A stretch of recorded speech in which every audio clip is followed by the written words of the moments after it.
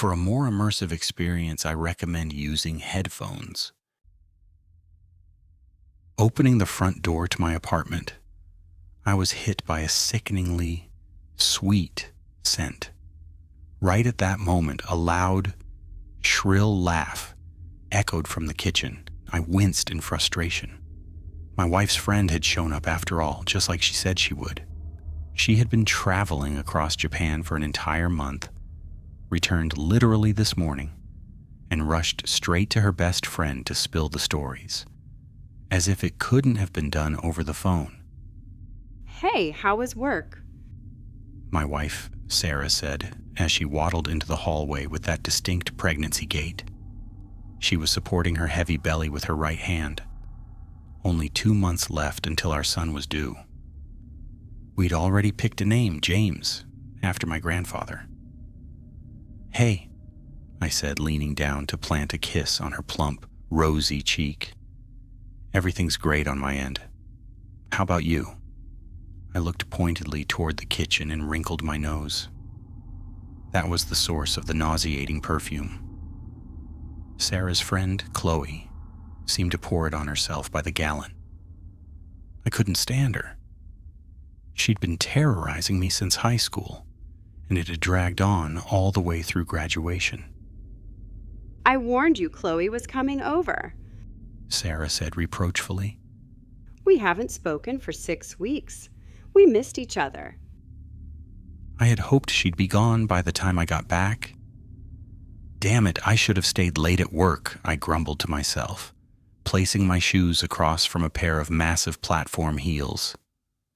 Left her damn hooves right here, the big heifer.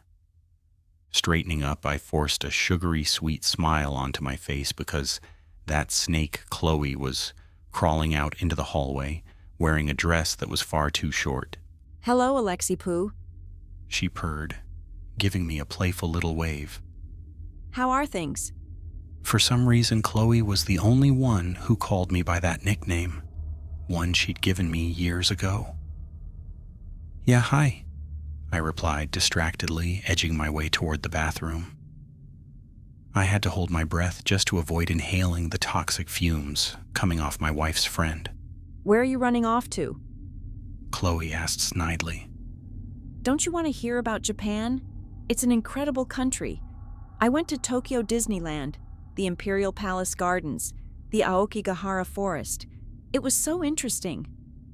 I'll hear it some other time, I muttered quickly, grabbing the handle of the bathroom door. I wanted to lock myself in for a long time, but a hand suddenly clamped firmly onto my wrist. Chloe was far too close, hitting me with a blast of that wild fruit scent. I nearly choked on the air. Oh, don't be such a bore. Chloe pulled me insistently toward the kitchen. We haven't seen each other in so long. I want to chat. Come on, come on. Okay, just let me wash my hands. I gave in quickly because arguing with that stubborn woman was a losing battle. She'd throw a fit and Sarah would get stressed. It was better to just tolerate her for a bit, gritting my teeth. Where's Ben? I asked, referring to my younger brother, as I reluctantly followed the women into the kitchen. Oh, he's glued to the computer again. Sarah sighed, waving her hand dismissively. You should see what Chloe gave me. She pointed to the kitchen counter. There stood a large, square, black wooden box with an intricate carved design on the sides. Clouds were painted in gold filigree, and on the top was a red sun with 2 cranes flying toward it. And what is it? I asked tentatively, looking from the box to my wife. It's a Japanese happiness box. Chloe answered instead, smiling proudly. It brings wealth, health, and beautiful children into the home. Oh, I see. Thanks. I managed to endure half an hour in Chloe's company, listening to her nonstop chatter and shrill laughter. Eventually, I made an excuse about being exhausted from work and wanting to lie down. She didn't want to let me go, asking me to stay just a little longer. Finally, I managed to escape, practically kicking my way into the bedroom I shared with Sarah. Unfortunately, there was no peace here either. My computer was still occupied by Ben, who was playing some shooter, wearing my own noise-canceling headphones. Ben was 7 years younger than me. He'd graduated high school 4 years ago, but he refused to go to college or get a job.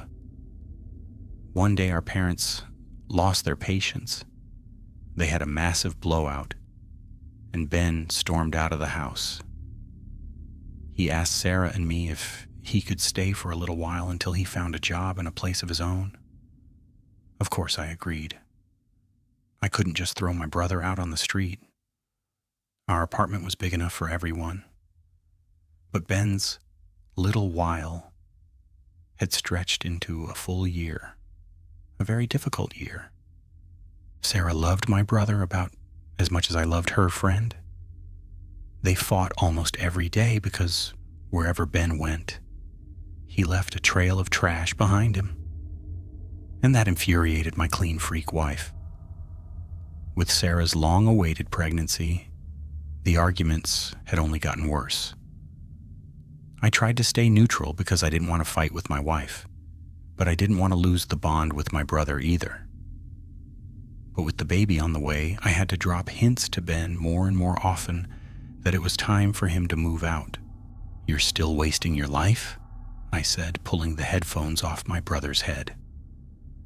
He jumped in his chair, startled, and stared at me with wide eyes like a frightened lemur. What's wrong with you? Why'd you scare me like that?" he shouted, pausing the game. "Are you serious? Did you look for a job today?" I asked, crouching down in front of the large rabbit hutch. Sarah's favorite white rabbit, Snowy, was peacefully chewing on a cabbage leaf, her back legs stretched out.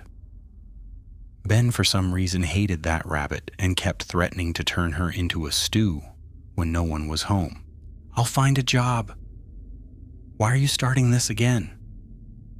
My brother snapped, pulling the headphones back onto his head and grumbling under his breath. "Everyone just leave me alone. I'm sick of it. Can't get any peace around here." I sighed heavily. I gave up on him in my head. I didn't want to fight right now, though my hand was itching to give him a good smack on the back of the head. Sometimes it felt like Ben never grew out of his teenage years. Soon, to my relief, Chloe went home, and Ben and I went back to the kitchen to eat the leftovers from dinner. At the table, Sarah and my brother managed to bicker again. Ben just wanted a closer look at the box, and Sarah snatched it out of his hands. Before bed, she placed the box on the dresser and carefully put all her rings, necklaces, earrings, and other trinkets inside. When the box opened, I felt that unpleasant, sickly sweet scent of Chloe's perfume for a second. It felt like she'd sprayed it inside the box too. The next day I got home 2 hours early. On Fridays, our work days were shortened. No one met me at the door, but the TV was blaring in the living room. Sarah and Ben were still brooding, judging by their sour faces and how far apart they were sitting on the couch. Sarah was sitting with a sleeping Snowy in her lap, and Ben was hugging a massive, greasy bucket of popcorn. Instead of watching something good, they had some horror movie on with a terrifying nun. Arguing with Sarah that she shouldn't watch horror movies in her condition was pointless. It was her favorite genre, and it was the one thing she and Ben actually agreed on. Right after the movie ended, Sarah went to sleep, and I sat down at the computer before my brother could grab it. How long could he hog my PC? I wanted to play in peace. On my own weekend, I sat there until late into the night, shooting at mutants in some wasteland. I noticed the time had passed 1 a.m. Telling myself, that's enough, I took off my headphones and exited the game. I stretched with a wide yawn, rolling my desk chair back a bit. The wheels moved across the rug with a quiet creak, and over that sound I heard something else. A faint, repetitive clicking. I dropped my arms and strained my ears, trying to locate the source. I leaned to the side and looked into the hutch. Snowy was fast asleep. After a second's pause, the sound repeated, louder this time, followed by a barely audible long moan. "Sarah?" I turned quickly toward our bed, my heart thumping with anxiety. My wife was sleeping peacefully on her back. I could see the duvet rising and falling with her deep breaths. I exhaled in relief. I'd been terrified that something had happened to her. And then, another click. It came from the dresser. I snapped my head toward the sound. The Japanese box, clearly visible in the glow of the monitor, was open. A face, white as pure snow, was peeking out of it. Long, dark hair was scattered messily around the box. Wide-open eyes were staring directly at me. The pupils were an abyssal, bottomless black. The head was sticking halfway out, like a neighborhood kid peeking over a fence. I don't know how long I sat there frozen before I bolted from the chair. It felt like a bucket of boiling water had been poured over me from head to toe. I blinked, and the head was gone. The box was closed, as if nothing had happened. I stood there for a while, indecisive.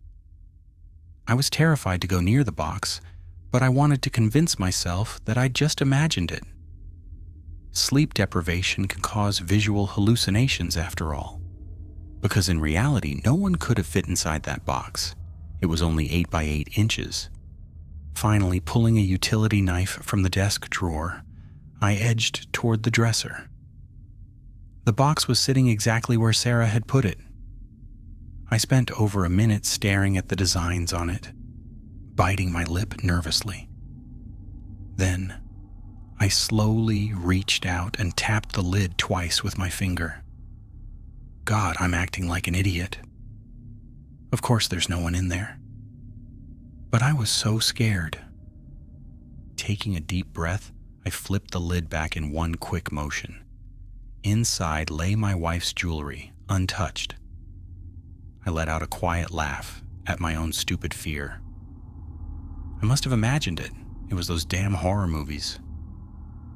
That's it, time for bed, or I'll start having nightmares next.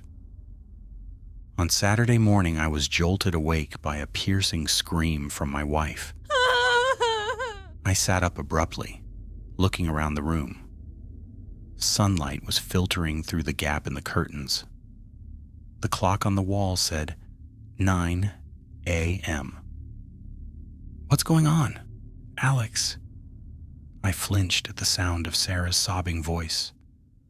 I didn't see her from the bed at first. She was kneeling on the floor in front of the rabbit hutch, gasping for air between sobs. Before I could even process anything, I leaped out of bed and rushed to her. "Are you okay? Should I call an ambulance?" "No." With a trembling hand, she pointed to the bars of the hutch. "Snowy, she's dead." A cold chill washed over me. I tore my gaze away from Sarah and looked at the hutch. The rabbit was lying on her back, motionless. Her eyes were bulging, her mouth was open. It was clear she was dead because her neck was twisted at a sickening broken angle. "My God," I whispered, looking into the rabbit's glassy pink eyes. Who would do this?" Who do you think? Sarah snapped suddenly, hitting me in the leg with her fist. Who was the one threatening to kill her, to make a collar for his jacket out of her fur and turn her meat into stew? It was true. Who else out of the three of us had a motive to snap poor Snowy's neck?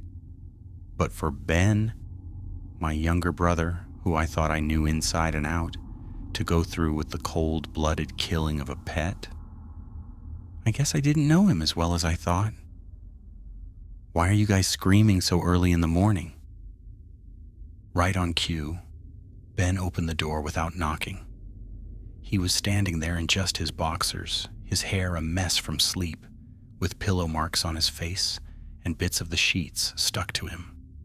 Sarah stood up, leaning both hands on the hutch, and glared at him with a fury I had never seen before. Never in all our years together. Her face was contorted with rage. She was baring her teeth like a rabid dog. She was shaking.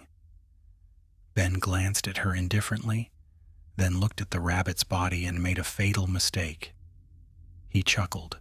"Oh, looks like the long ears finally croaked."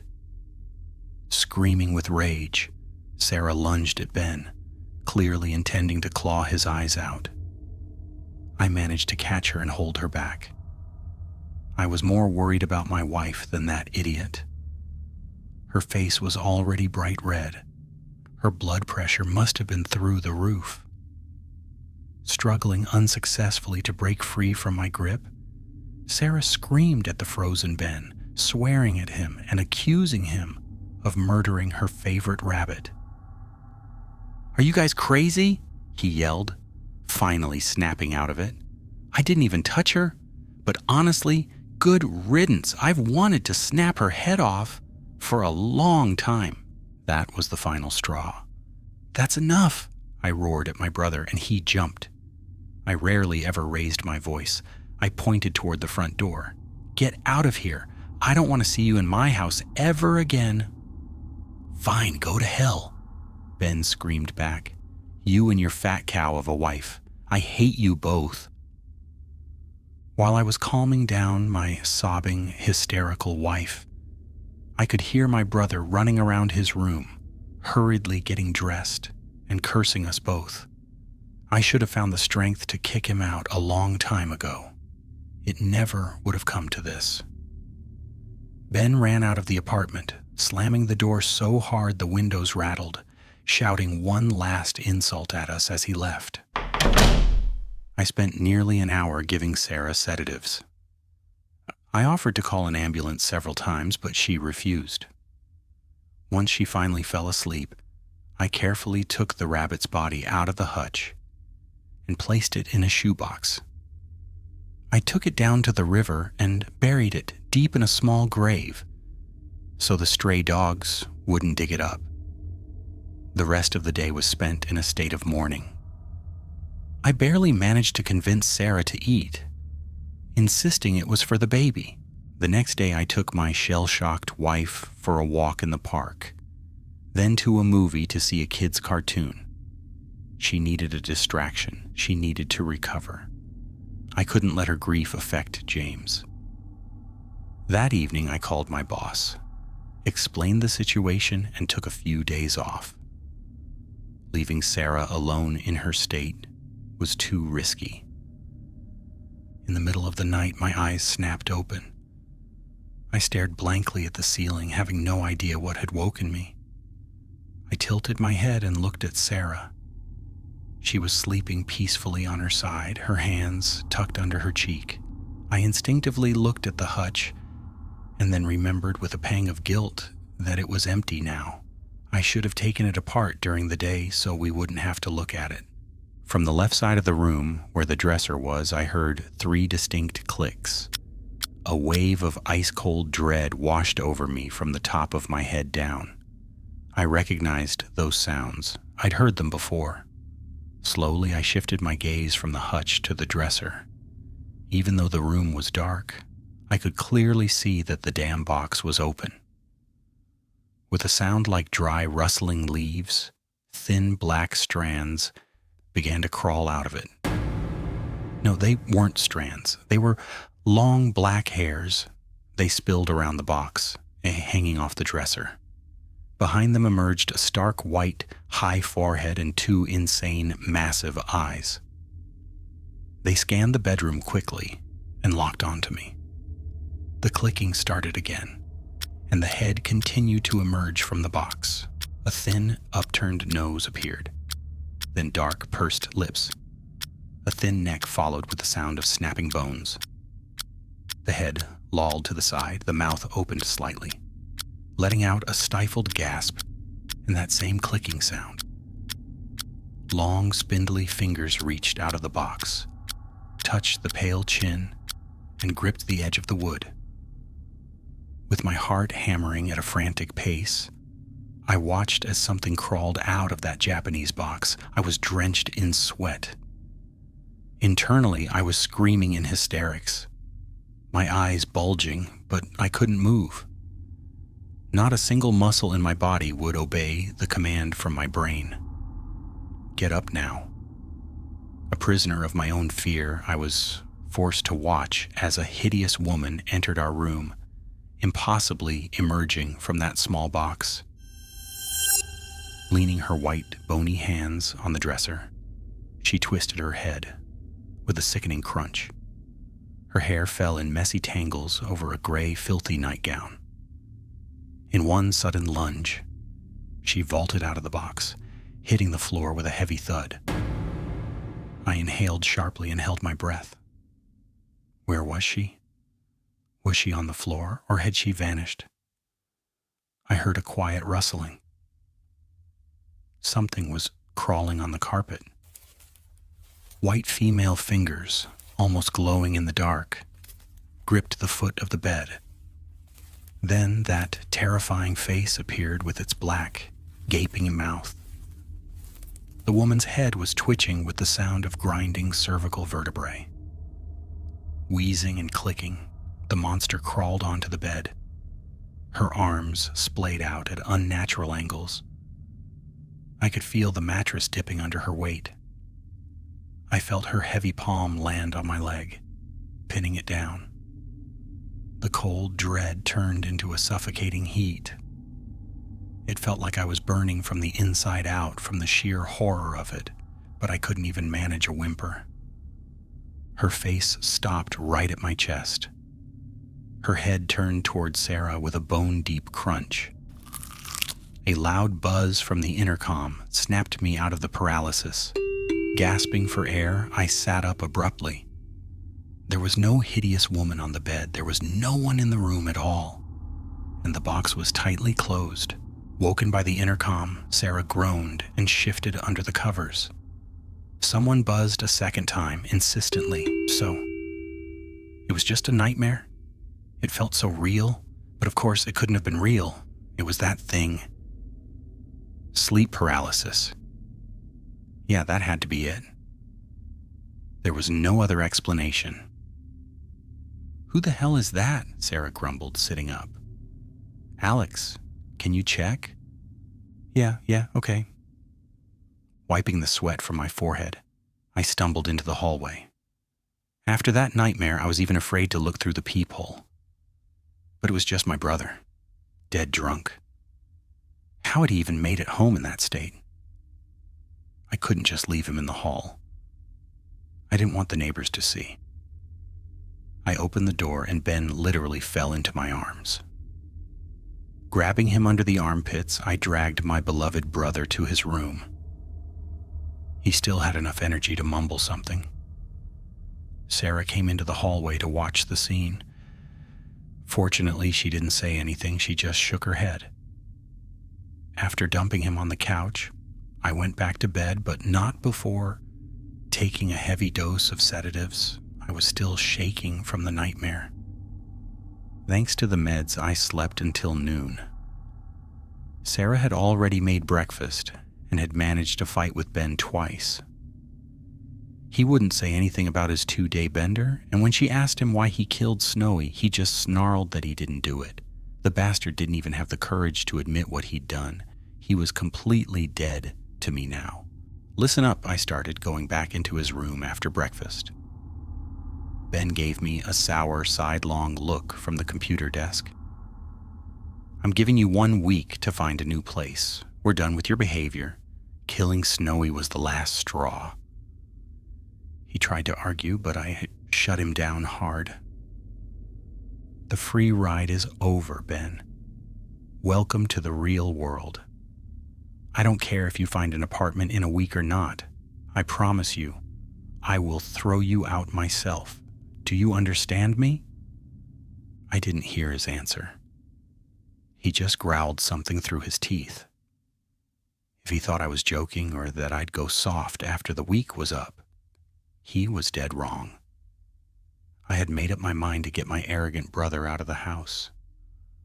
Sarah and I spent almost the whole day walking in the park. We had lunch at her favorite cafe, then went down to the river. Sarah asked tentatively where I'd buried the rabbit, but I refused to take her to the grave. She would have just started crying again. We got home late that afternoon. Ben had cleared out somewhere, but judging by his stuff, he wasn't gone for good. I went into the kitchen to heat up some dinner, and Sarah, exhausted from the walk, wanted to lie down for a bit. A few minutes later, I heard her call my name with a strange tension in her voice.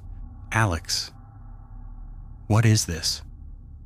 she asked in an odd tone, pointing at our unmade bed. At first, I didn't understand what was bothering her, so I walked closer. When I saw it, it felt like an electric shock. On the pale sheets lay a clump of long black hair, exactly like the hair of that. No, it can't be. It was just a dream.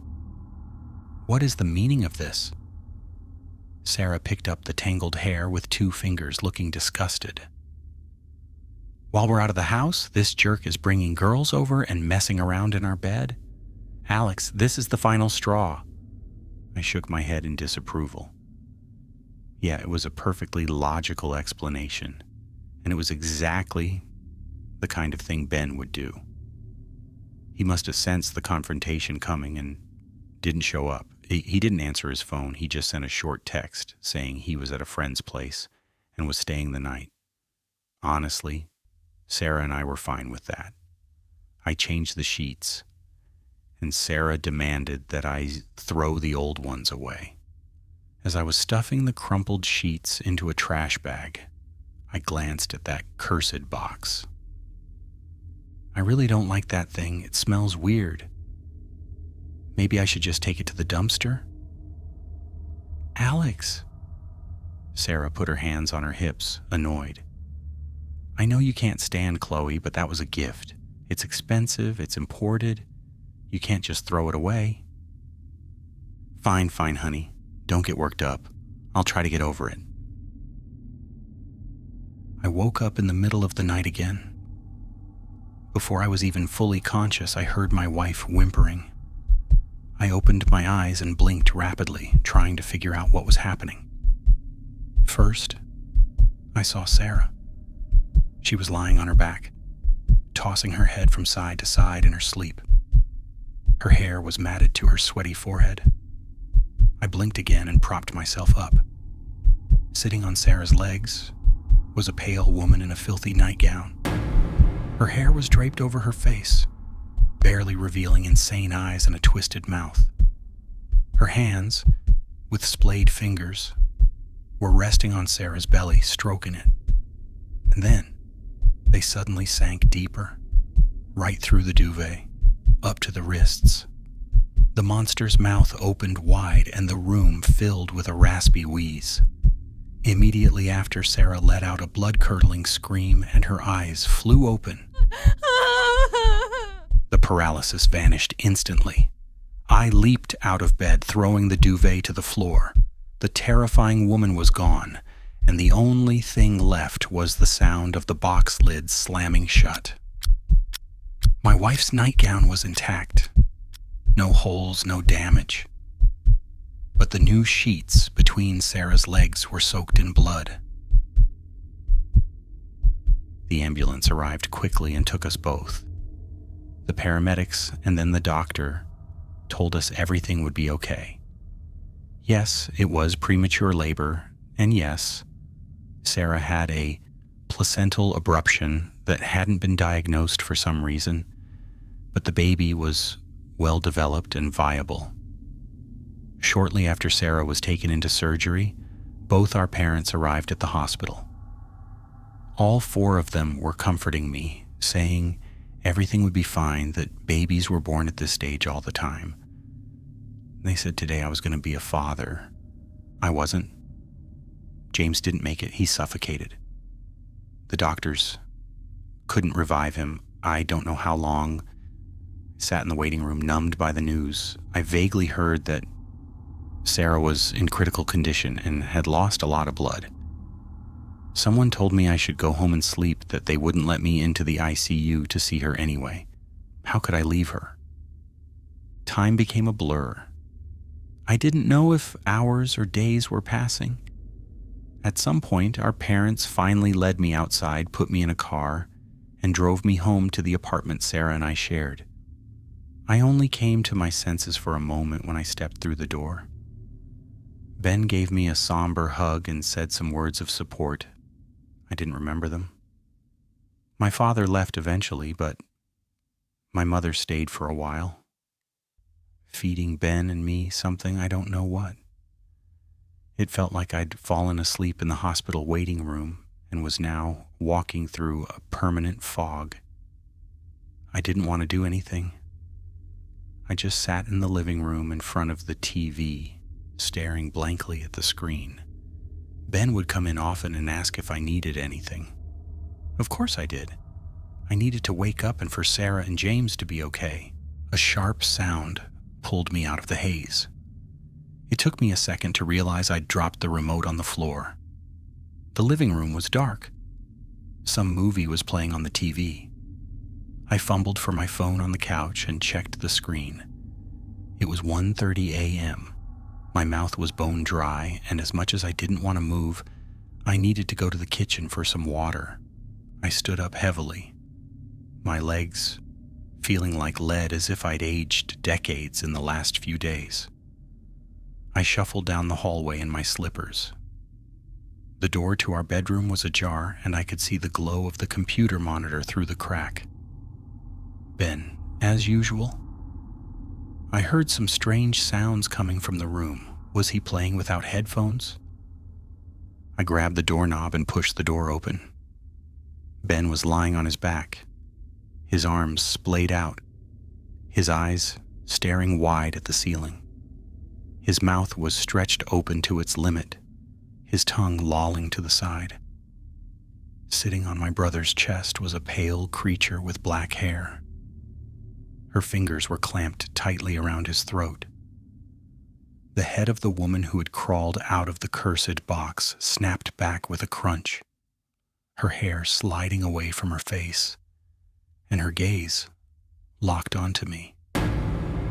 Her dark lips stretched into a long, hideous smile, and I screamed at the top of my lungs.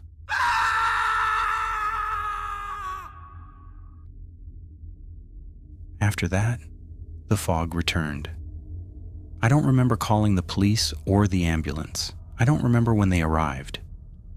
I was taken somewhere and questioned for a long time. I answered distractedly, often making no sense. Eventually, they let me go. They said the fingerprints on Ben's throat didn't match mine. It turns out I'd been in custody for 4 days. I was released just in time for my brother's funeral. That, too, was a blur. I remember my mother sobbing, my father's voice telling me to stay strong. I remember my grandfather's tearful embrace and the comfort of my friends. I remember Sarah calling from the hospital and Chloe sobbing on my chest. That damn box. I'd completely forgotten about it in all the worry over Sarah. If I had gone home right away and thrown it out, burned it, my brother would still be alive. I found myself in the bedroom, standing in front of the dresser. It was sitting in the same spot, looking like a simple, beautiful jewelry box. I grabbed it and violently dumped out all of Sarah's treasures. They spilled onto the floor, but I didn't care. "Oh, what are you doing?" I jumped at the sound of my mother's voice. I stared at her in surprise. I didn't know she was still at the apartment. "Yeah, it's just me." I looked down at the cursed Japanese box in my hands. A gift? Damn it. An imported gift from Chloe. "Mom, I have something I need to do. I'll be back soon." "Alex." My mother moved into the doorway, blocking the hall. Don't do anything stupid. First Sarah, then Ben. Don't you do anything crazy. Don't worry. I gave her a quick kiss on the cheek. I promise. I'll be back in an hour. Sarah's friend Chloe lived only 2 stops away. I sent her a quick text saying I wanted to talk, and she agreed immediately. And even though she'd been crying her eyes out just this morning, Chloe met me at the door with a full face of makeup, wearing a short leopard print robe. "Alex, I'm so sorry," she cried out with a misplaced smile and tried to hug me. I stepped back, awkwardly adjusting the strap of my bag. Chloe didn't seem bothered.